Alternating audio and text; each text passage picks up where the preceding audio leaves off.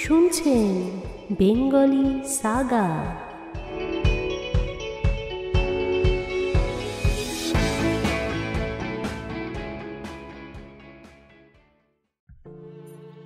আপনারা শুনছেন Bengali Saga. আমি বিদিশা। আজকে শোনাব রবীন্দ্রনাথ ঠাকুর রচিত গোরা উপন্যাসের দ্বাদশ পর্ব।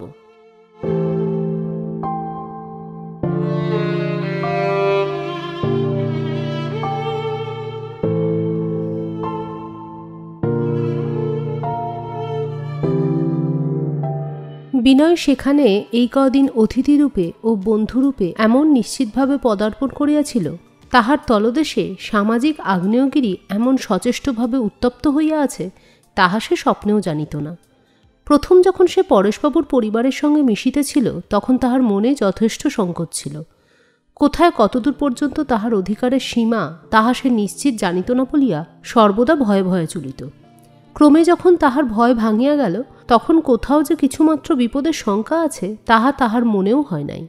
আজ হঠাৎ যখন শুনিল তাহার ব্যবহারে সমাজের নিকট লোকের কাছে ললিতাকে নিন্দিত হইতে হইতেছে, তখন তাহার মাথায় বজ্র পড়িল। বিশেষত সকলের চেয়ে তাহার ক্ষোভের কারণ হইল এই জন্য যে ললিতার সম্বন্ধে তাহার হৃদয়ের উত্তাপ মাত্র সাধারণ বন্ধুত্বের রেখা ছাড়াইয়া অনেক ঊর্ধ্বে উঠিয়াছিল। তাহা সে নিজে জানিত, এবং বর্তমান ক্ষেত্রে যেখানে পরস্পরের সমাজ এমন বিভিন্ন, সেখানে এরূপ তাপাধিক্যকে সে মনে মনে অপরাধ বলিয়াই গণ্য করিত। সে অনেকবার মনে করিয়াছে, এই পরিবারের বিশ্বস্ত অতিথিরূপে আসিয়া সে নিজের ঠিক স্থানটি রাখিতে পারে নাই। এক জায়গায় সে কপটতা করিতেছে।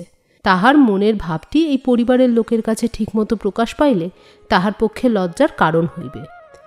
এমন সময় যখন একদিন মধ্যাহ্নে বরদাসুন্দরী পত্র লিখিয়া বিনয়কে বিশেষ করিয়া ডাকিয়া আনিয়া জিজ্ঞাসা করিলেন, বিনয়বাবু, আপনি তো হিন্দু। এবং বিনয় তাহা স্বীকার করিলে পুনরায় প্রশ্ন করিলেন, হিন্দু সমাজ আপনি তো ত্যাগ করতে পারবেন না। এবং বিনয় তাহা তাহার পক্ষে অসম্ভব জানাইলে বরদাসুন্দরী যখন বলিয়া উঠিলেন, তবে কেন আপনি, তখন সেই তবে কেনর কোনো উত্তর বিনয়ের মুখে জোগাইল না। সে একেবারে মাথা হেঁট করিয়া বসিয়া রহিল।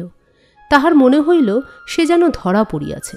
তাহার এমন একটা জিনিস এখানে সকলের কাছে প্রকাশ হইয়া পড়িয়াছে, যাহা সে চন্দ্র সূর্য বায়ুর কাছেও গোপন করিতে চাহিয়াছিল। তাহার কেবলই মনে হইতে লাগিল, পরেশবাবু কি মনে করিতেছেন, ললিতা কি মনে করিতেছে, সুচরিতাই বা তাহাকে কি ভাবিতেছে। দেবদূতের কোন ভ্রমক্রমে এই যে স্বর্গলোকে কিছুদিনের মতন তাহার স্থান হইয়াছিল, অনধিকার প্রবেশের সমস্ত লজ্জা মাথায় করিয়া লইয়া এখান হইতে আজ তাহাকে একেবারে নির্বাসিত হইতে হইবে। তাহার পরে পরেশের দরজা পার হইয়াই প্রথমেই যেই সে ললিতাকে দেখিতে পাইল, তাহার মনে হইল ললিতার নিকট হইতে এই শেষ বিদায়ের মুহূর্তে তাহার কাছে একটা মস্ত অপমান স্বীকার করিয়া লইয়া পূর্ব পরিচয়ের একটা প্রলয় সমাধান করিয়া দিয়া যায়। কিন্তু কি করিলে তাহা হয় ভাবিয়া পাইল না। তাই ললিতার মুখের দিকে না চাহিয়া নিঃশব্দে একটি নমস্কার করিয়া চলিয়া গেল। এই তো সেদিন পর্যন্ত বিনয় পরেশের পরিবারের বাহিরেই ছিল, আজও সেই বাহিরেই আসিয়া দাঁড়াইল। কিন্তু এ কি প্রভেদ! সেই বাহির আজ এমন শূন্য কেন? তাহার পূর্বের জীবনে তো কোনো ক্ষতি হয় নাই। তাহার গোরা, তাহার আনন্দময়ী তো আছে, কিন্তু তবু তাহার মনে হইতে লাগিল মাছ যেন জল হইতে ডাঙায় উঠিয়াছে। যেদিকে ফিরিতেছে কোথাও সে যেন জীবনের অবলম্বন পাইতেছে না। এই হর্মসংকুল শহরের জনাকীর্ণ রাজপথে বিনয় সর্বত্রই নিজের জীবনের একটা ছায়াময় পাণ্ডুবর্ণ সর্বনাশের চেহারা দেখিতে লাগিল। এই বিশ্বব্যাপী শূন্যতায় সে নিজেই আশ্চর্য হইয়া গেল। কেন এমন হইল? কখন এমন হইল? কি করিয়া এ সম্ভব হইল? এই কথায় সে একটা হৃদয়হীন নিরুত্তর শূন্যের কাছে বারবার প্রশ্ন করিতে লাগিল, বিনয়বাবু, বিনয়বাবু। বিনয় পিছন ফিরিয়া দেখিল সতীশ। তাহাকে বিনয় আলিঙ্গন করিয়া ধরিল, কহিল, কি ভাই, কি বন্ধু? বিনয়ের কণ্ঠ যেন অশ্রুতে ভরিয়া আসিল। পরেশবাবুর ঘরে এই বালকটিও যে কতখানি মাধুর্য মিশাইয়াছিল, তাহা বিনয় আজ যেমন অনুভব করিল, এমন বুঝি কোনোদিন করে নাই। সতীশ কহিল, আপনি আমাদের ওখানে কেন যান না? কাল আমাদের ওখানে লাবণ্য দিদি, ললিতা দিদি খাবেন। মাসি আপনাকে নেমন্তন্ন করবার জন্য পাঠিয়েছেন। বিনয় বুঝিল মাসি কোনো খবর রাখেন না। কহিল, সতীশবাবু, মাসিকে আমার প্রণাম জানিও, কিন্তু আমি তো যেতে পারবো না। সতীশ অনুনয়ের সহিত বিনয়ের হাত ধরিয়া কহিল, কেন পারবেন না? আপনাকে যেতেই হবে, কিছুতেই ছাড়ব না। সতীশের এই অনুরোধের বিশেষ একটু কারণ ছিল। তাহার স্কুলে পশুর প্রতি ব্যবহার সম্বন্ধে তাহাকে একটা রচনা লিখিতে দিয়াছিল। সেই রচনায় সে 50-এর মধ্যে 42 নম্বর পাইয়াছিল। তাহার ভারী ইচ্ছা বিনয়কে সেই লেখাটি দেখায়। বিনয় যে খুব একজন বিদ্বান এবং সমজদার তাহা সে জানিত। সে নিশ্চয় ঠিক করিয়াছিল বিনয়ের মতন রসজ্ঞ লোক তাহার লেখার ঠিক মূল্য বুঝিতে পারিবে। বিনয় যদি তাহার লেখার শ্রেষ্ঠতা স্বীকার করে, তাহা হইলে অরসিক লীলা সতীশের প্রতিভা সম্বন্ধে অবজ্ঞা প্রকাশ করিলে অশ্রদ্ধেয় হইবে। নিমন্ত্রণটা মাসিকে বলিয়া সেই ঘটাইয়াছিল। বিনয় যখন তাহার ওপর রায় প্রকাশ করিবে, তখন তাহার দিদিরাও সেখানে উপস্থিত থাকে, ইহাই তাহার ইচ্ছা। বিনয় কোনো মতে নিমন্ত্রণে উপস্থিত হইতে পারিবে না শুনিয়া সতীশ অত্যন্ত মুশরিয়া গেল। বিনয় তাহার গলা জড়াইয়া ধরিয়া কহিল, সতীশবাবু, তুমি আমাদের বাড়ি চলো। সতীশের পকেটেই সেই লেখাটা ছিল, সুতরাং বিনয়ের আহ্বান সে অগ্রাহ্য করিতে পারিল না। কবির্যস্য প্রার্থী বালক তাহাকে বিদ্যালয়ের আসন্ন পরীক্ষার সময় নষ্ট করার অপরাধ স্বীকার করিয়াই বিনয়ের বাসায় গেল। বিনয় যেন তাহাকে কোনো মতেই ছাড়িতে চাহিল না। তাহার লেখা তো শুনিলই, প্রশংসা যাহা করিল তাহাতে সমালোচকের অপ্রমত্ত নিরপেক্ষতা প্রকাশ পাইল না। তাহার উপরে বাজার হইতে জলখাবার কিনিয়া তাহাকে খাওয়াইল। তাহার পরে সতীশকে তাহাদের বাড়ির কাছাকাছি পৌঁছাইয়া দিয়া অনাবশ্যক ব্যাকুলতার সহিত কহিল, সতীশবাবু, তবে আসি ভাই। সতীশ তাহার হাত ধরিয়া টানাটানি করিয়া কহিল, না, আপনি আমাদের বাড়িতে আসুন।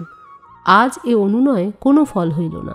স্বপ্নাবিষ্টের মতন চলিতে চলিতে বিনয় আনন্দময়ীর বাড়িতে আসিয়া পৌঁছিল, কিন্তু তাহার সঙ্গে দেখা করিতে পারিল না। ছাতের ওপরে যে ঘরে গোরা শুইত, সেই নির্জন ঘরে প্রবেশ করিল। এই ঘরে তাহার বাল্যবন্ধুত্বের কত সুখময় দিন এবং কত সুখময় রাত্রি কাটিয়াছে, কত আনন্দালাপ, কত সংকল্প, কত গভীর বিষয়ের আলোচনা, কত প্রণয় কলহ এবং সে কলহের প্রীতিসুধাপর্ণ অবসান, সেই তাহার পূর্ব জীবনের মধ্যে বিনয় তেমনি করিয়া আপনাকে ভুলিয়া প্রবেশ করিতে চাহিল। কিন্তু মাঝখানের এই কয়দিনের নতুন পরিচয় পত্রোধ করিয়া দাঁড়াইল, তাহাকে ঠিক সেই জায়গাটিতে ঢুকিতে দিল না। জীবনের কেন্দ্র যে কখন সরিয়া আসিয়াছে এবং কক্ষপথের যে কখন পরিবর্তন ঘটিয়াছে, তাহা এতদিন বিনয় সুস্পষ্ট করিয়া বুঝিতে পারে নাই। আজ যখন কোনো সন্দেহ রহিল না, তখন ভীত হইয়া উঠিল। ছাতে কাপড় শুকাইতে দিয়াছেন। অপরাহ্নে রৌদ্র পড়িয়া আসিলে আনন্দময়ী যখন তুলিতে আসিলেন, তখন গোরার ঘরে বিনয়কে দেখিয়া তিনি আশ্চর্য হইয়া গেলেন। তাড়াতাড়ি তাহার পাশে আসিয়া তাহার গায়ে হাত দিয়া কহিলেন, বিনয়, কি হয়েছে বিনয়? তোর মুখ এমন সাদা হয়ে গেছে কেন? বিনয় উঠিয়া বসিল, কহিল, মা, আমি পরেশবাবুদের বাড়িতে প্রথম যখন যাতায়াত করতে আরম্ভ করি, গোরা রাগ করত। তার রাগকে আমি তখন অন্যায় মনে করতুম, কিন্তু অন্যায় তার নয়, আমারই নির্বুদ্ধিতা। আনন্দময়ী একটুখানি হাসিয়া কহিলেন, তুই যে আমাদের খুব সুবুদ্ধি ছেলে তা আমি বলি নে, কিন্তু এক্ষেত্রে তোর বুদ্ধির দোষ কিসে প্রকাশ পেলে? বিনয় কহিল, মা, আমাদের সমাজ যে একেবারেই ভিন্ন সে কথা আমি একেবারেই বিবেচনা করিনি। ওদের বন্ধুত্বের ব্যবহারে দৃষ্টান্তে আমার খুব আনন্দ এবং উপকার বোধ হচ্ছিল, তাতেই আমি আকৃষ্ট হয়েছিলাম। আর কোনো কথা যে চিন্তা করবার আছে, এক মুহূর্তের জন্য সে আমার মনে উদয় হয়নি। আনন্দময়ী কহিলেন, তোর কথা শুনে এখনও তো আমার মনে উদয় হচ্ছে না। বিনয় কহিল, মা, তুমি জানো না, সমাজে আমি তাদের সম্বন্ধে ভারী একটা অশান্তি জাগিয়ে দিয়েছি। লোকে এমন সব নিন্দা করতে আরম্ভ করেছে যে আমি আর সেখানে। আনন্দময়ী কহিলেন, গোরা একটা কথা বারবার বলে, সেটা আমার কাছে খুব খাঁটি মনে হয়। সে বলে, যেখানে ভেতরে কোথাও একটা অন্যায় আছে, সেখানে বাইরে শান্তি থাকাটাই সকলের চেয়ে অমঙ্গল। ওদের সমাজে যদি অশান্তি জেগে থাকে, তাহলে তোর অনুতাপ করবার কোনো দরকার দেখি নে, দেখবি তাতে ভালোই হবে। তোর নিজের ব্যবহারটি খাঁটি থাকলেই হলো। এইখানেই তো বিনয়ের মস্ত খটকা ছিল। তাহার নিজের ব্যবহারটা অনিন্দনীয় কিনা সেইটা সে কোনো মতেই বুঝিয়া উঠিতে পারিতেছিল না। ললিতা যখন ভিন্ন সমাজভুক্ত, তাহার সঙ্গে বিবাহ যখন সম্ভবপর নহে, তখন তাহার প্রতি বিনয়ের অনুরাগটাই একটা গোপন পাপের মতন তাহাকে ক্লিষ্ট করিতেছিল, এবং এই পাপের নিদারুণ প্রায়শ্চিত্তকাল যে উপস্থিত হইয়াছে, এই কথায় স্মরণ করিয়া সে পীড়িত হইতেছিল। বিনয় হঠাৎ বলিয়া উঠিল, মা, শশীমুখীর সঙ্গে আমার বিবাহের যে প্রস্তাব হয়েছিল সেটা হয়ে চুকে গেলেই ভালো হতো। আমার যেখানে ঠিক জায়গা সেখানেই কোনো মতে আমার বদ্ধ হয়ে থাকা উচিত, এমন হওয়া উচিত যে কিছুতেই সেখান হইতে আর নড়তে না পারি। আনন্দময়ী হাসিয়া কহিলেন, অর্থাৎ শশীমুখীকে তোর ঘরের বউ না করে তোরা ঘরের শিকল করতে চাস? শশীর কি সুখেরই কপাল। এমন সময় বেহারা আসিয়া খবর দিল পরেশবাবুর বাড়ির 2 মেয়ে আসিয়াছেন। শুনিয়া বিনয়ের বুকের মধ্যে ধড়াস করিয়া উঠিল। তাহার মনে হইল বিনয়কে সতর্ক করিয়া দিবার জন্য তাহারা আনন্দময়ীর কাছে নালিশ জানাইতে আসিয়াছে। সে একেবারে দাঁড়াইয়া উঠিয়া কহিল, আমি যাই মা। আনন্দময়ী উঠিয়া দাঁড়াইয়া তাহার হাত ধরিয়া কহিলেন, একেবারে বাড়ি ছেড়ে যাস নে বিনয়, নিচের ঘরে একটু অপেক্ষা কর। নিচে যাইতে যাইতে বিনয় বারবার বলিতে লাগিল, এর তো কোনো দরকার ছিল না, যা হয়ে গেছে তা হয়ে গেছে, কিন্তু আমি তো মরে গেলেও আর সেখানে যেতুম না। অপরাধের শাস্তি আগুনের মতো যখন একেবারে জ্বলে ওঠে, তখন অপরাধী দগ্ধ হয়ে মলেও সেই শাস্তির আগুন যেন নিভতেই চায় না। একতলায় রাস্তার ধারে গোড়ার যে ঘর ছিল, সেই ঘরে বিনয় যখন প্রবেশ করিতে যাইতেছে, এমন সময় মহিম তাহার স্ফীত উদরটিকে চাপকানের বোতাম বন্ধন হইতে মুক্তি দিতে দিতে আপিস হইতে বাড়ি ফিরিয়া আসিলেন। বিনয়ের হাত ধরিয়া কহিলেন, এই যে বিনয়, বেশ, আমি তোমাকে খুঁজছি বলিয়া বিনয়কে গোড়ার ঘরের মধ্যে লইয়া গিয়া চৌকিতে বসাইয়া নিজেও বসিলেন এবং পকেট হইতে ডিবা বাহির করিয়া বিনয়কে একটি পান খাইতে দিলেন। ওরে, তামাক নিয়ে আয় রে বলিয়া একটা হুঙ্কার দিয়া তিনি একেবারেই কাজের কথা পারিলেন। জিজ্ঞাসা করিলেন, সেই বিষয়টার কি স্থির হল? আর তো দেখিলেন বিনয়ের ভাবখানা পূর্বের চেয়ে অনেকটা নরম। খুব যে একটা উৎসাহ তাহা নয় বটে, কিন্তু ফাঁকি দিয়া কোনো মতে কথাটাকে এড়াইবার চেষ্টাও দেখা যায় না। মহিম তখনই দিনক্ষণ একেবারে পাকা করিতে চান। বিনয় কহিল, গোড়া ফিরে আসুক না।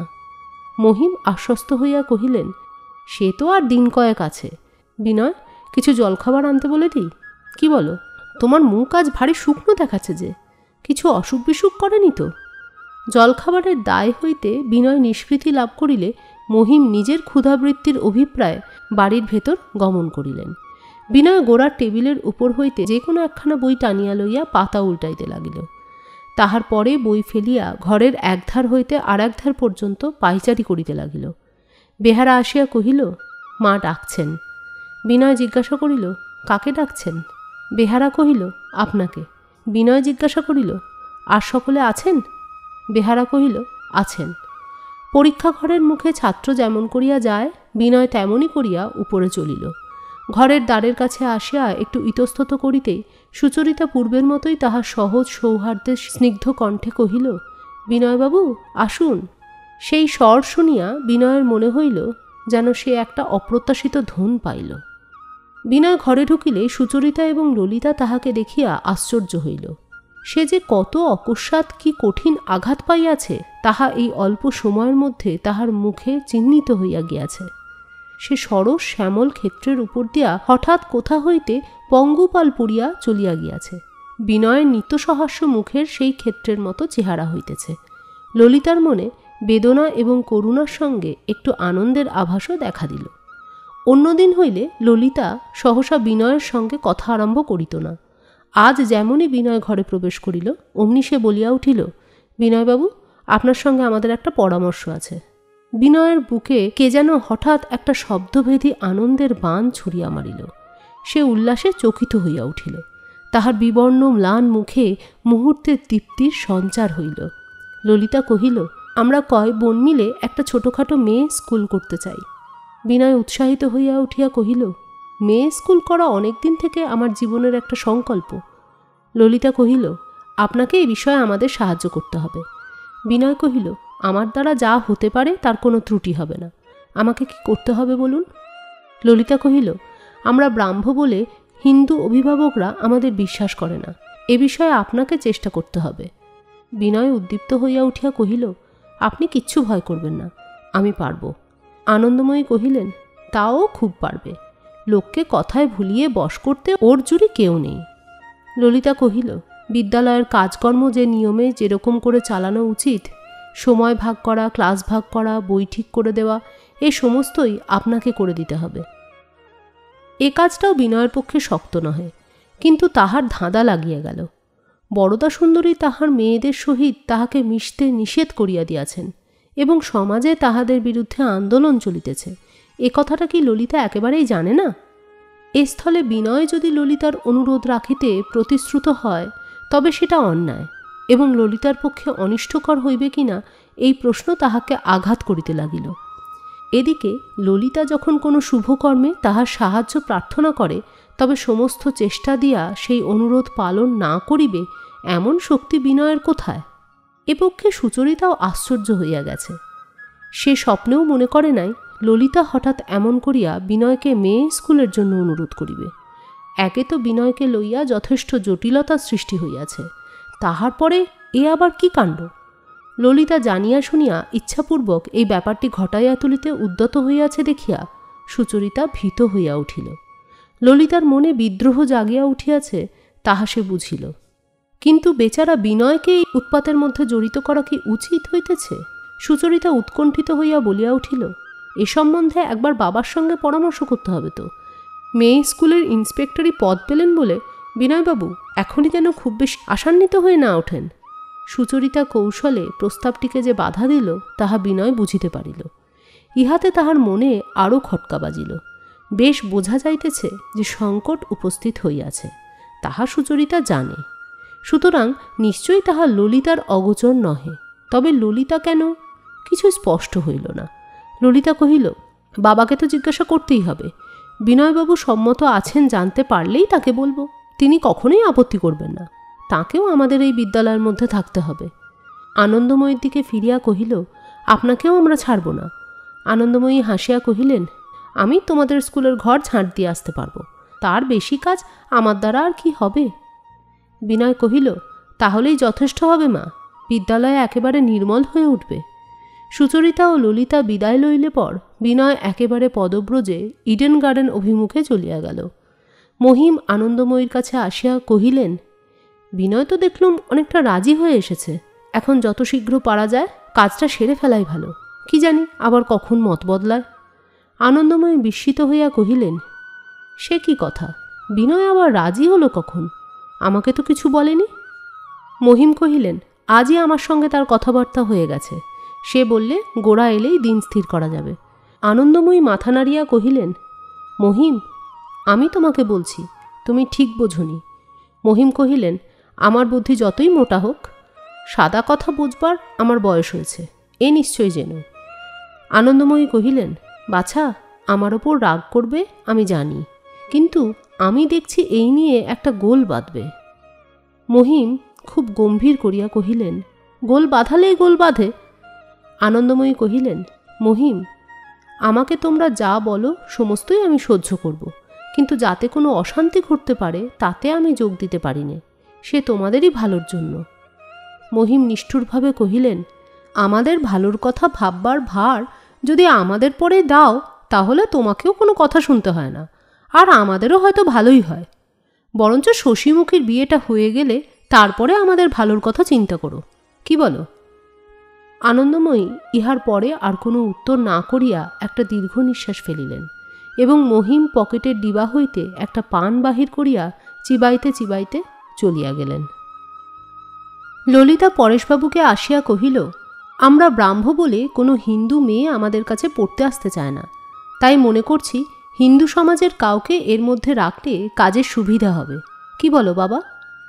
পরেশবাবু জিজ্ঞাসা করিলেন, হিন্দু সমাজের কাউকে পাবে কোথাও? ললিতা খুব কোমর বাঁধিয়া আসিয়াছিল বটে, তবু বিনয়ের নাম করিতে হঠাৎ তাহার সংকোচ উপস্থিত হইল। জোর করিয়া সংকোচ কাটাইয়া কহিল, কেন, তা কি পাওয়া যাবে না? ওই যে বিনয়বাবু আছেন, কিংবা অব্যয় পদের অপব্যয় মাত্র, এটা অসমাপ্তই রহিয়া গেল। পরেশ কহিলেন, বিনয় বিনয় রাজি হবেন কেন? ললিতার অভিমানে আঘাত লাগিল। বিনয়বাবু রাজি হবেন না? ললিতা এটুকু বেশ বুঝিয়াছে বিনয়বাবুকে রাজি করানো ললিতার পক্ষে অসাধ্য নহে। ললিতা কহিল, তা তিনি রাজি হতে পারেন। পরেশ একটু স্থির হইয়া বসিয়া থাকিয়া কহিলেন, সব কথা বিবেচনা করে দেখলে কখনোই তিনি রাজি হবেন না। ললিতার কর্ণমূল লাল হইয়া উঠিল। সে নিজের আঁচলে বাঁধা চাবির গোছা লইয়া নাড়িতে লাগিল। তাহার এই নিপীড়িতা কন্যার মুখের দিকে তাকাইয়া পরেশের হৃদয় ব্যথিত হইয়া উঠিল, কিন্তু কোনো সান্ত্বনার বাক্য খুঁজিয়া পাইলেন না। কিছুক্ষণ পরে আস্তে আস্তে ললিতা মুখ তুলিয়া কহিল, বাবা, তাহলে আমাদের এই স্কুলটা কোনো মতেই হতে পারবে না?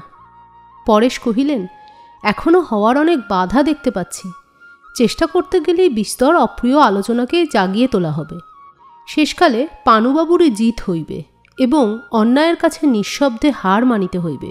ললিতার পক্ষে এমন দুঃখ আর কিছুই নাই। এ সম্বন্ধে তাহার বাপ ছাড়া আর কাহারও শাসন সে এক মুহূর্ত বহন করিতে পারিত না। সে কোনো অপ্রিয়তাকে ডরায় না, কিন্তু অন্যায়কে কেমন করিয়া সহ্য করিবে? ধীরে ধীরে পরেশবাবুর কাছ হইতে সে উঠিয়া গেল। নিজের ঘরে গিয়া দেখিল তাহার নামে ডাকে একখানা চিঠি আসিয়াছে। হাতের অক্ষর দেখিয়া বুঝিল তাহার বাল্যবন্ধু শৈলবালার লেখা। সে বিবাহিত, তাহার স্বামীর সঙ্গে বাঁকিপুরে থাকে। চিঠির মধ্যে ছিল, তোমার সম্বন্ধে নানা কথা শুনিয়া মন বড় খারাপ ছিল। অনেক দিন হইতে ভাবিতেছি চিঠি লিখিয়া সংবাদ লইব, সময় হইয়া ওঠে নাই। কিন্তু পরশু একজনের কাছ হইতে, তাহার নাম করিব না, শুনিয়া যেন মাথায় বজ্রাঘাত হইল। এ যে সম্ভব হইতে পারে তাহা মনেও করিতে পারি না। কিন্তু যিনি লিখিয়াছেন তাহাকে অবিশ্বাস করাও শক্ত। কোনো হিন্দু যুবকের সঙ্গে নাকি তোমার বিবাহের সম্ভাবনা ঘটিয়াছে। এ কথা যদি সত্য হয়, ইত্যাদি ইত্যাদি। ক্রোধে ললিতার সর্বশরীর জ্বলিয়া উঠিল। সে এক মুহূর্ত অপেক্ষা করিতে পারিল না। তখনই সে চিঠির উত্তরে লিখিল, খবরটা সত্য কিনা ইহা জানিবার জন্য তুমি যে আমাকে প্রশ্ন জিজ্ঞাসা করিয়া পাঠাইয়াছ, ইহাই আমার কাছে আশ্চর্য বোধ হইতেছে। ব্রাহ্ম সমাজের লোক তোমাকে যে খবর দিয়াছে, তাহা সত্যও কি যাচাই করিতে হইবে? এত অবিশ্বাস! তাহার পরে কোনো হিন্দু যুবকের সঙ্গে আমার বিবাহের সম্ভাবনা ঘটিয়াছে সংবাদ পাইয়া তোমার মাথায় বজ্রাঘাত হইয়াছে। কিন্তু আমি তোমাকে নিশ্চয় বলিতে পারি, ব্রাহ্ম সমাজে এমন সুবিখ্যাত সাধু যুবক আছেন, যাহার সঙ্গে বিবাহের আশঙ্কা বজ্রাঘাতের তুল্য নিদারুণ। এবং আমি এমন দুই একটি হিন্দু যুবককে জানি, যাহাদের সঙ্গে বিবাহ যে কোনো ব্রাহ্মকুমারীর পক্ষে গৌরবের বিষয়।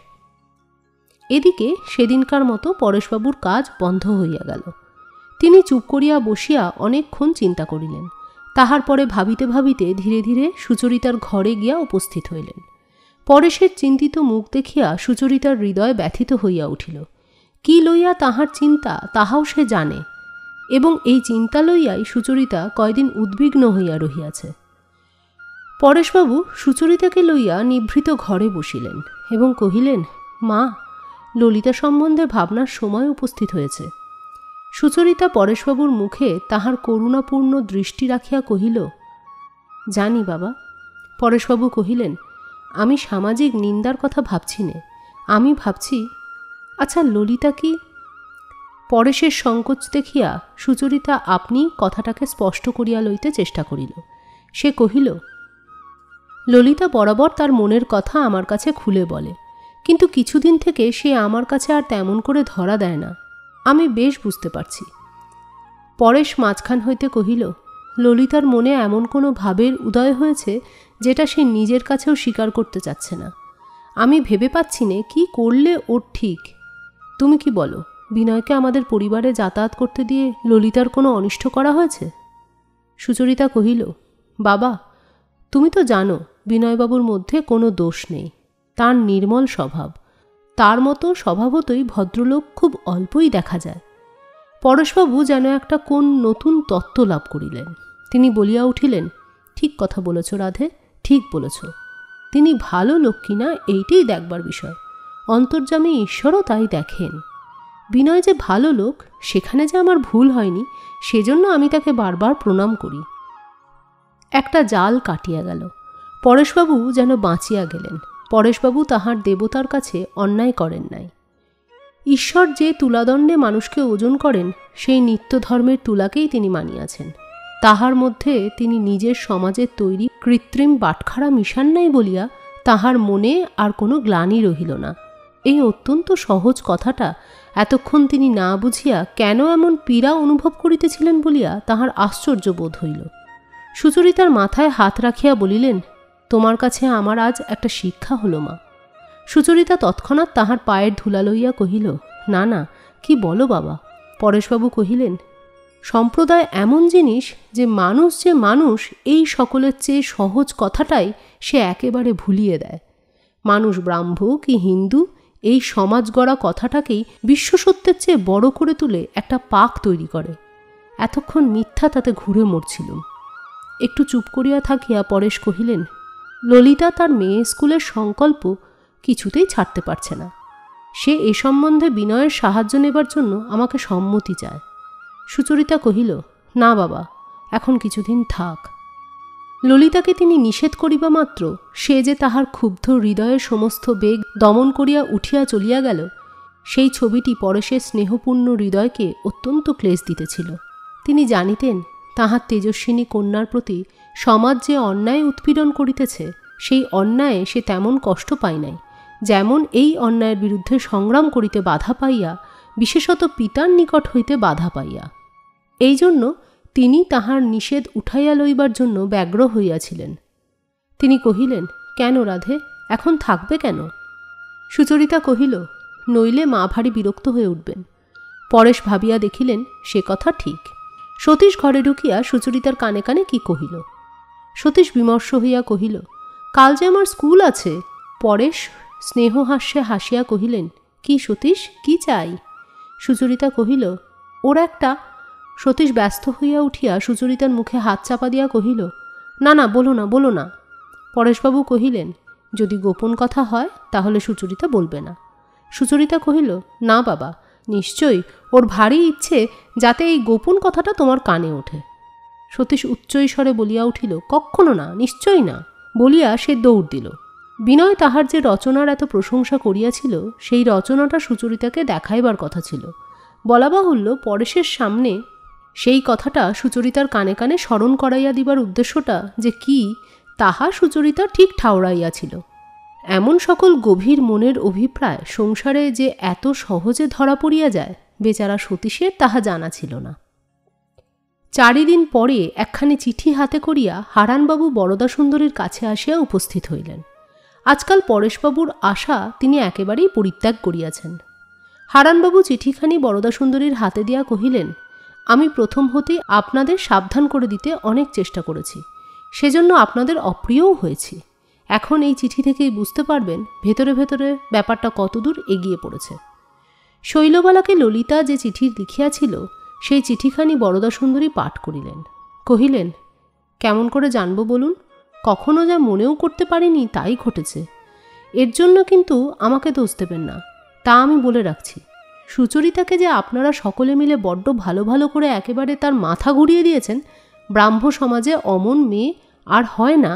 এখন আপনাদের ওই আদর্শ ব্রাহ্ম মেয়েটির কীর্তি সামলান। বিনয় গৌরকে তো উনিই এ বাড়িতে এনেছেন। আমি তবু বিনয়কে অনেকটা আমাদের পথেই টেনে আনছিলুম। তারপরে কোথা থেকে উনি ওর এক মাসিকে এনে আমাদেরই ঘরে ঠাকুর পুজো শুরু করে দিলেন। বিনয়কেও এমনই বিগড়ে দিলেন যে সে এখন আমাকে দেখলেই পালায়। এখন এসব যা কিছু ঘটছে আপনাদের ওই সুচরিতাই তার গোড়ায়। ও মেয়ে যে কেমন মেয়ে সে আমি বরাবরই জানতুম, কিন্তু কখনো কোনো কথাটি কইনি। বরাবর ওকে এমন করেই মানুষ করে এসেছি যে কেউ টের পায়নি ও আমার আপন মেয়ে নয়। আজ তার বেশ ফল পাওয়া গেল। এখন আমাকে এই চিঠি মিথ্যা দেখাচ্ছেন, আপনারা যা হয় করুন। হারানবাবু যে একসময় বরদাসুন্দরীকে ভুল বুঝিয়াছিলেন, সে কথা আজ স্পষ্ট স্বীকার করিয়া অত্যন্ত উদারভাবে অনুতাপ প্রকাশ করিলেন। অবশেষে পরেশবাবুকে ডাকিয়া আনা হইল। এই দেখো বলিয়া বরদাসুন্দরী চিঠিখানা তাহার সম্মুখে টেবিলের ওপর ফেলিয়া দিলেন। পরেশবাবু 2-3 বার চিঠিখানা পড়িলেন। তা কি হয়েছে? বরদাসুন্দরী উত্তেজিত হইয়া কহিলেন, কি হয়েছে? আর কি হওয়া চাই? আর বাকি রইলই বা কি? ঠাকুর পুজো, জাত মেনে চলা সবই হলো। এখন কেবল হিন্দুর ঘরে তোমার মেয়ের বিয়ে হলেই হয়। তারপরে তুমি প্রায়শ্চিত্ত করে হিন্দু সমাজে ঢুকবে। আমি কিন্তু বলে রাখছি। পরেশ ঈষৎ হাসিয়া কহিলেন, তোমাকে কিছুই বলতে হবে না, অন্তত এখনও বলবার সময় হয়নি। কথা হচ্ছে এই যে তোমরা কেন ঠিক করে বসে আছো হিন্দুর ঘরেই ললিতার বিবাহ স্থির হয়ে গেছে? এই চিঠিতে তো সেরকম কিছুই দেখছি নে। বরদা সুন্দরী কহিলেন, কি হলো যে তুমি দেখতে পাও সে তো আজ পর্যন্ত বুঝতে পারলুম না। সময় মতো যদি দেখতে পেতে তাহলে আজ এত কাণ্ড ঘটত না। চিঠিতে মানুষ এর চেয়ে আর কত খুলে লিখবে বলো তো? হারানবাবু কহিলেন, আমার বোধ হয় ললিতাকে এই চিঠিখানি দেখিয়ে তার অভিপ্রায় কি তাকেই জিজ্ঞাসা করা উচিত। আপনারা যদি অনুমতি করেন তাহলে আমি তাকেই জিজ্ঞাসা করতে পারি। এমন সময় ললিতা ঝড়ের মতো ঘরের মধ্যে প্রবেশ করিয়া কহিল, বাবা, এই দেখো, ব্রাহ্ম সমাজ থেকে আজকাল এরকম অজানা চিঠি আসছে। পরেশ চিঠি পড়িয়া দেখিলেন, বিনয়ের সঙ্গে ললিতার বিবাহ যে গোপনে স্থির হইয়া গিয়াছে, পত্রলেখক তাহা নিশ্চিত ধরিয়া লইয়া নানা প্রকার ভৎসনা ও উপদেশ দ্বারা চিঠি পূর্ণ করিয়াছে। সেই সঙ্গে বিনয়ের মতলব যে ভালো নয়, সে যে 2 দিন পরেই তাহার ব্রাহ্ম স্ত্রীকে পরিত্যাগ করিয়া পুনরায় হিন্দু ঘরে বিবাহ করিবে, এ সমস্ত আলোচনাও ছিল। পরেশের পড়া হইলে পর হারান চিঠিখানি লইয়া পড়িলেন। কহিলেন, ললিতা, এই চিঠি পড়ে তোমার রাগ হচ্ছে? কিন্তু এই রকম চিঠি লিখবার হেতু কি তুমিই ঘটাওনি? তুমি নিজের হাতে এই চিঠিটা কেমন করে লিখলে বলো দেখি? ললিতা মুহূর্তকাল স্তব্ধ থাকিয়া কহিল, শৈলের সঙ্গে আপনার বুঝি এই সম্বন্ধে চিঠিপত্র চলছে? হারান তাহার স্পষ্ট উত্তর না দেয়া কহিলেন, ব্রাহ্ম সমাজের প্রতি কর্তব্য স্মরণ করে শৈল তোমায় এই চিঠি পাঠিয়ে দিতে বাধ্য হয়েছে। ললিতা শক্ত হইয়া দাঁড়াইয়া কহিল, এখন ব্রাহ্ম সমাজ কি বলতে চান বলুন। হারান কহিলেন, বিনয়বাবু ও তোমার সম্বন্ধে সমাজে এই যে জনরব রাষ্ট্র হয়েছে, এ আমি কোনো মতেই বিশ্বাস করতে পারিনি, কিন্তু তবু তোমার মুখ থেকে আমি এর স্পষ্ট প্রতিবাদ শুনতে চাই। ললিতার 2 চক্ষু আগুনের মতো জ্বলিতে লাগিল। সে একটি চৌকির পিঠ কম্পিত হস্তে চাপিয়া ধরিয়া কহিল, কেন, কোনো মতেই বিশ্বাস করতে পারেন না? পরেশ ললিতার পিঠে হাত বুলাইয়া কহিলেন, ললিতা, এখন তোমার মন স্থির নেই, এ কথা পরে আমার সঙ্গে হবে, এখন থাক। হারান কহিলেন, পরেশবাবু, আপনি কথাটাকে চাপা দেবার চেষ্টা করবেন না। ললিতা পুনর্বার জ্বলিয়া উঠিয়া কহিল, চাপা দেবার চেষ্টা বাবা করবেন? আপনার মতন বাবা সত্যকে ভয় করেন না। সত্যকে বাবা ব্রাহ্ম সমাজের চেয়েও বড় বলে জানেন। আমি আপনাকে বলছি, বিনয়বাবুর সঙ্গে বিবাহকে আমি কিছুমাত্র অসম্ভব বা অন্যায় বলে মনে করি নে। হারান বলিয়া উঠিলেন, কিন্তু তিনি কি ব্রাহ্মধর্মে দীক্ষা গ্রহণ করবেন স্থির হয়েছে? ললিতা কহিল, কিছুই স্থির হয়নি, আর দীক্ষা গ্রহণ করতেই হবে এমনই বা কি কথা আছে? বরদা সুন্দরী এতক্ষণ কোনো কথা বলেন নাই। তাহার মনে মনে ইচ্ছা ছিল আজ যেন হারানবাবুর জিত হয় এবং নিজের অপরাধ স্বীকার করিয়া পরেশবাবুকে অনুতাপ করিতে হয়। তিনি আর থাকিতে পারিলেন না, বলিয়া উঠিলেন, ললিতা, তুই পাগল হয়েছিস নাকি? বলছিস কি? ললিতা কহিল, না মা, পাগলের কথা নয়, যা বলছি বিবেচনা করেই বলছি। আমাকে যে এমন করে চারদিক থেকে বাঁধতে আসবে সে আমি সহ্য করতে পারবো না। আমি হারানবাবুদের এই সমাজের থেকে মুক্ত হব। হারান কহিলেন, উচ্ছৃঙ্খলতাকে তুমি মুক্তি বলো? ললিতা কহিল, না, নীচতার আক্রমণ থেকে, অসত্যের দাসত্ব থেকে মুক্তিকেই আমি মুক্তি বলি। যেখানে আমি কোনো অন্যায়, কোনো অধর্ম দেখছি নে, সেখানে ব্রাহ্ম সমাজ আমাকে কেন স্পর্শ করবে, কেন বাধা দেবে? হারান স্পর্ধা প্রকাশপূর্বক কহিলেন, পরেশবাবু, এই দেখুন, আমি জানতুম শেষকালে এইরকম একটি কাণ্ড ঘটবে। আমি যতটা পেরেছি আপনাদের সাবধান করার চেষ্টা করেছি, কোনো ফল হয়নি। ললিতা কহিল, দেখুন পানুবাবু, আপনাকে সাবধান করে দেবার একটা বিষয় আছে। আপনার চেয়ে যারা সকল বিষয়ে বড়, তাঁদের সাবধান করে দেবার অহংকার আপনি মনে রাখবেন না। এই কথা বলিয়াই ললিতা ঘর হইতে বাহির হইয়া গেল। বরদা সুন্দরী কহিলেন, এসব কি কাণ্ড হচ্ছে? এখন কি করতে হবে পরামর্শ করো। পরেশবাবু কহিলেন, যা কর্তব্য তাই পালন করতে হবে, কিন্তু এরকম করে গোলমাল করে পরামর্শ করে কর্তব্য স্থির হয় না। আমাকে একটু মাপ করতে হবে। এ সম্বন্ধে আমাকে এখন কিছু বলো না, আমি একটু একলা থাকতে চাই। সুচরিতা ভাবিতে লাগিল, ললিতা এ কি কাণ্ড বাঁধাইয়া বসিল। কিছুক্ষণ চুপ করিয়া থাকিয়া ললিতার গলা ধরিয়া কহিল, আমার কিন্তু ভাই এখন ভয় হচ্ছে। ললিতা জিজ্ঞাসা করিল, কিসের ভয়? সুচরিতা কহিল, ব্রাহ্ম সমাজে তো চারিদিকে হুলস্থুল পড়ে গেছে, কিন্তু শেষকালে বিনয়বাবু যদি রাজি না হন? ললিতা মুখ নিচু করিয়া দৃঢ়স্বরে কহিল, তিনি রাজি হবেনি। সুচরিতা কহিল, তুই তো জানিস পানুবাবু মাকে ওই আশ্বাস দিয়ে গেছেন যে বিনয় কখনোই তাদের সমাজ পরিত্যাগ করে এই বিয়ে করতে রাজি হবে না। ললিতা, কেন তুই সব দিক না ভেবে পানুবাবুর কাছে কথাটা অমন করে বলে ফেললি? ললিতা কহিল, বলেছি বলে আমার এখনও অনুতাপ হচ্ছে না। পানুবাবু মনে করেছিলেন তিনি এবং তার সমাজ আমাকে শিকারের জন্তুর মতো তাড়া করে একেবারে অতল সমুদ্রের ধার পর্যন্ত নিয়ে এসেছেন। এইখানে আমাকে ধরা দিতেই হবে। তিনি জানেন না ওই সমুদ্রে লাফিয়ে পড়তে আমি ভয় করি না। তাঁর শিকারী কুকুরের তাড়ায় তাঁর পিঞ্জরের মধ্যে ঢুকতেই আমার ভয়। সুচরিতা কহিল, একবার বাবার সঙ্গে পরামর্শ করে দেখি। ললিতা কহিল, বাবা কখনো শিকারের দলে যোগ দেবেন না, এ আমি তোমাকে নিশ্চয়ই বলছি। তিনি তো কোনোদিন আমাদের শিকলে বেঁধে রাখতে চাননি। তার মতের সঙ্গে যখন কোনোদিন আমাদের কিছু অনৈক্য ঘটেছে, তিনি কি কখনো একটুও রাগ প্রকাশ করেছেন? ব্রাহ্ম সমাজের নামে তাড়া দিয়ে আমাদের মুখ বন্ধ করে দিতে চেষ্টা করেছেন। এই নিয়ে মা কতদিন বিরক্ত হয়েছেন, কিন্তু বাবার কেবল একটিমাত্র এই ভয় ছিল, পাছে আমরা নিজে চিন্তা করবার সাহস হারাই। এমন করে যখন তিনি আমাদের মানুষ করে তুলেছেন, তখন শেষকালে কি তিনি পানুবাবুর মতো সমাজের জেল দারোগার হাতে আমাকে সমর্পণ করে দেবেন? সুচরিতা কহিল, আচ্ছা বেশ, বাবা যেন কোনো বাধা দিলেন না। তারপরে কি করা যাবে বল? তোমরা যদি কিছু না করো তাহলে আমি নিজে। সুচরিতা ব্যস্ত হইয়া উঠিয়া কহিল, না না, তোকে কিছু করতে হবে না ভাই, আমি একটা উপায় করছি। সুচরিতা পরেশবাবুর কাছে যাইবার জন্য প্রস্তুত হইতেছিল। এমন সময় পরেশবাবু স্বয়ং সন্ধ্যাকালে তাহার কাছে আসিয়া উপস্থিত হইলেন। এই সময়ে পরেশবাবু প্রতিদিন তাহার বাড়ির বাগানে একলা মাথা নিচু করিয়া আপন মনে ভাবিতে ভাবিতে পায়চারি করিয়া থাকেন। সন্ধ্যার পবিত্র অন্ধকারটিকে ধীরে ধীরে মনের ওপর বুলাইয়া কর্মের দিনের সমস্ত দাগগুলিকে যেন মুছিয়া ফেলেন এবং অন্তরের মধ্যে নির্মল শান্তি সঞ্চয় করিয়া রাত্রির বিশ্রামের জন্য প্রস্তুত হইতে থাকেন।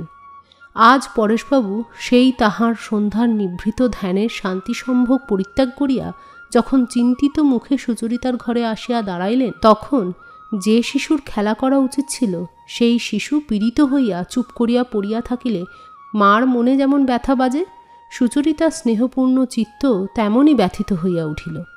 পরেশবাবু মৃদুস্বরে কহিলেন, রাধে, সব শুনেছ তো? সুচরিতা কহিল, হ্যাঁ বাবা, সব শুনেছি, কিন্তু তুমি অত ভাবছ কেন?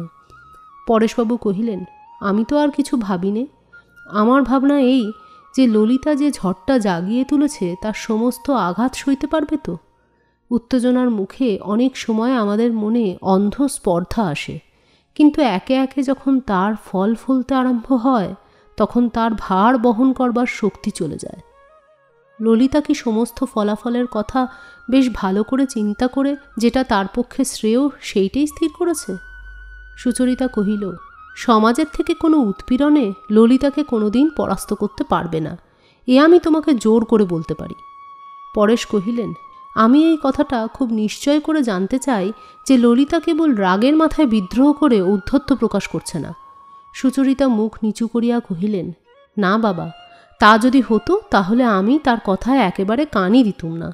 ওর কথার মধ্যে যে কথাটা গভীরভাবে ছিল সেইটাই হঠাৎ ঘা খেয়ে একেবারে বেরিয়ে এসেছে। এখন একে কোনো রকমে চাপাচুপি দিতে গেলে ললিতার মতন মেয়ের পক্ষে ভালো হবে না। বাবা, বিনয়বাবু লোক তো খুব ভালো। পরেশবাবু কহিলেন, আচ্ছা, বিনয় কি ব্রাহ্ম সমাজে আসতে রাজি হবে? সুচরিতা কহিল, তা ঠিক বলতে পারিনে। আচ্ছা বাবা, একবার গৌরবাবুর মার কাছে যাব? পরেশবাবু কহিলেন, আমিও ভাবছিলুম, তুমি গেলে ভালো হয়। আনন্দময়ীর বাড়ি হইতে রোজ সকালবেলায় বিনয় একবার বাসায় আসিত। আজ সকালে আসিয়া সে একখানা চিঠি পাইল। চিঠিতে কাহারও নাম নাই। ললিতাকে বিবাহ করিলে বিনয়ের পক্ষে কোনো মতেই তাহা সুখের হইতে পারে না এবং ললিতার পক্ষে তাহা অমঙ্গলের কারণ হইবে, এই কথা লইয়া চিঠিতে দীর্ঘ উপদেশ আছে এবং সকলের শেষে আছে যে এ সত্ত্বেও যদি বিনয় ললিতাকে বিবাহ করিতে নিবৃত্ত না হয়, তবে একটা কথা সে যেন চিন্তা করিয়া দেখে, ললিতার ফুসফুস দুর্বল, ডাক্তারেরা যক্ষার সম্ভাবনা আশঙ্কা করেন। বিনয় এরূপ চিঠি পাইয়া হতবুদ্ধি হইয়া গেল। এমনতর কথার যে মিথ্যা করিয়াও সৃষ্টি হইতে পারে বিনয় কখনো তাহা মনে করে নাই।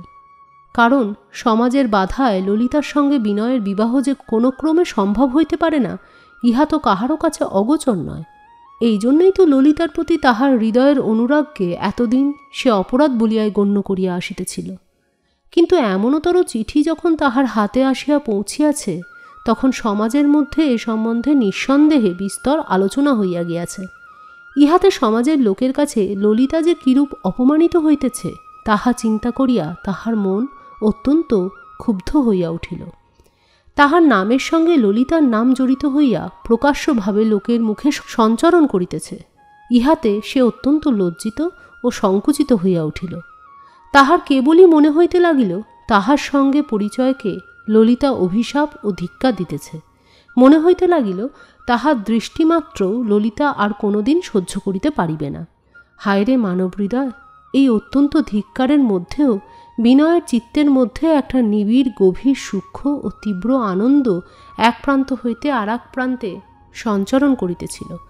তাহাকে থামাইয়া রাখা যাইতেছিল না। সমস্ত লজ্জা সমস্ত অপমানকে সে অস্বীকার করিতেছিল। সেইটাকেই কোনো মতে কিছুমাত্র প্রশ্রয় না দিবার জন্য তাহার বারান্দায় সে দ্রুত বেগে পায়চারি করিয়া বেড়াইতে লাগিল।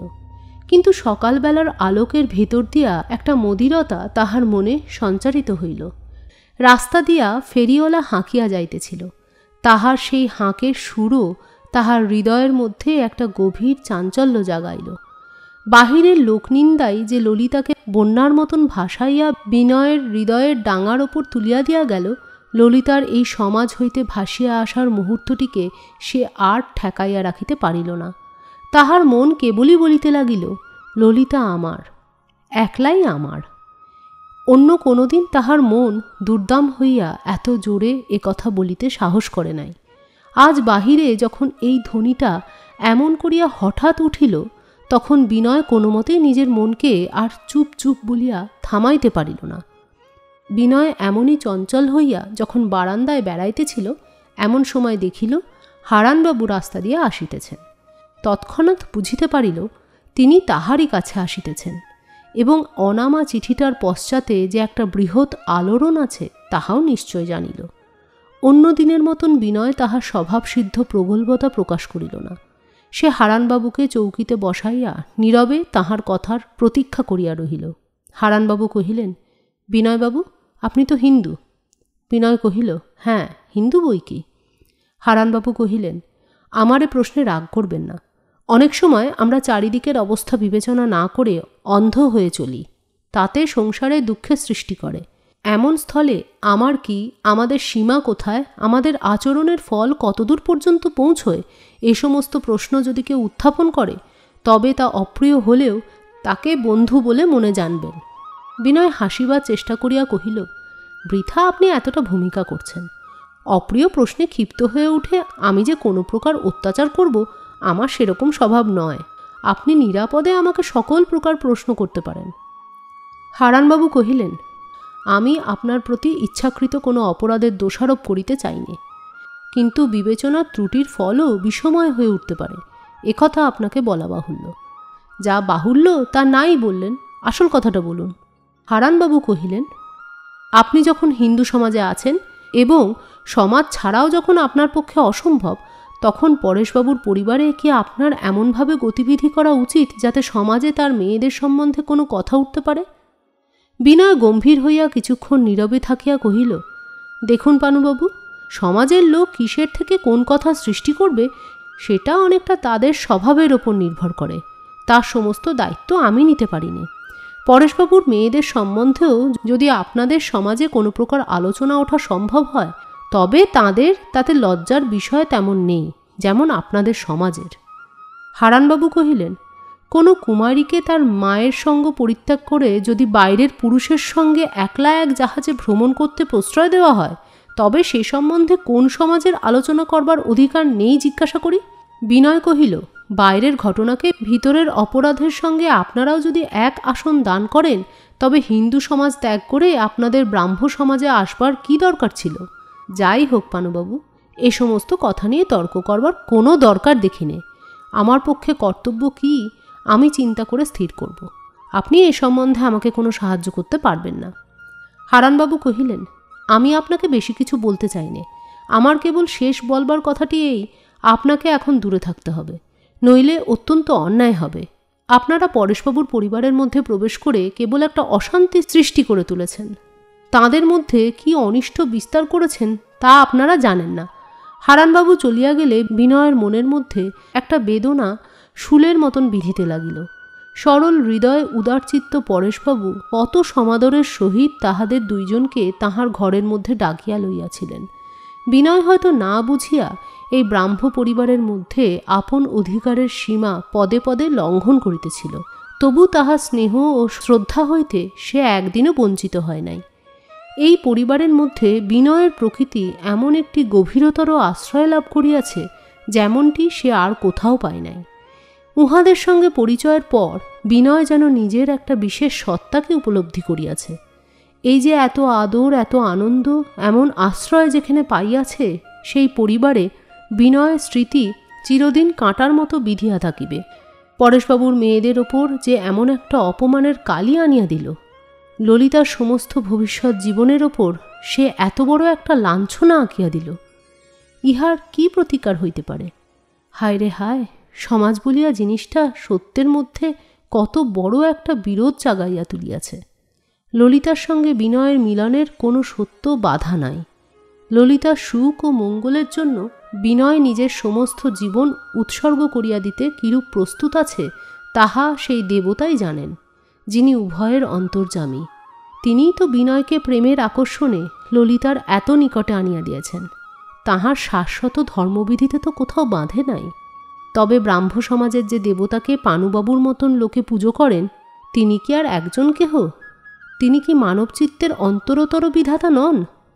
ললিতার সঙ্গে তাহার মিলনের মাঝখানে যদি কোনো নিষেধ করাল দন্ত মেলিয়া দাঁড়াইয়া থাকে, যদি সে কেবল সমাজকেই মানে আর সর্বমানবের প্রভুর দোহাই না মানে, তবে তাহাই কি পাপ নিষেধ নহে? কিন্তু হায়, এ নিষেধ হয়তো ললিতার কাছেও বলবান। তাছাড়া ললিতা হয়তো বিনয়কে কত সংশয় আছে, কোথায় ইহার মীমাংসা পাইবে?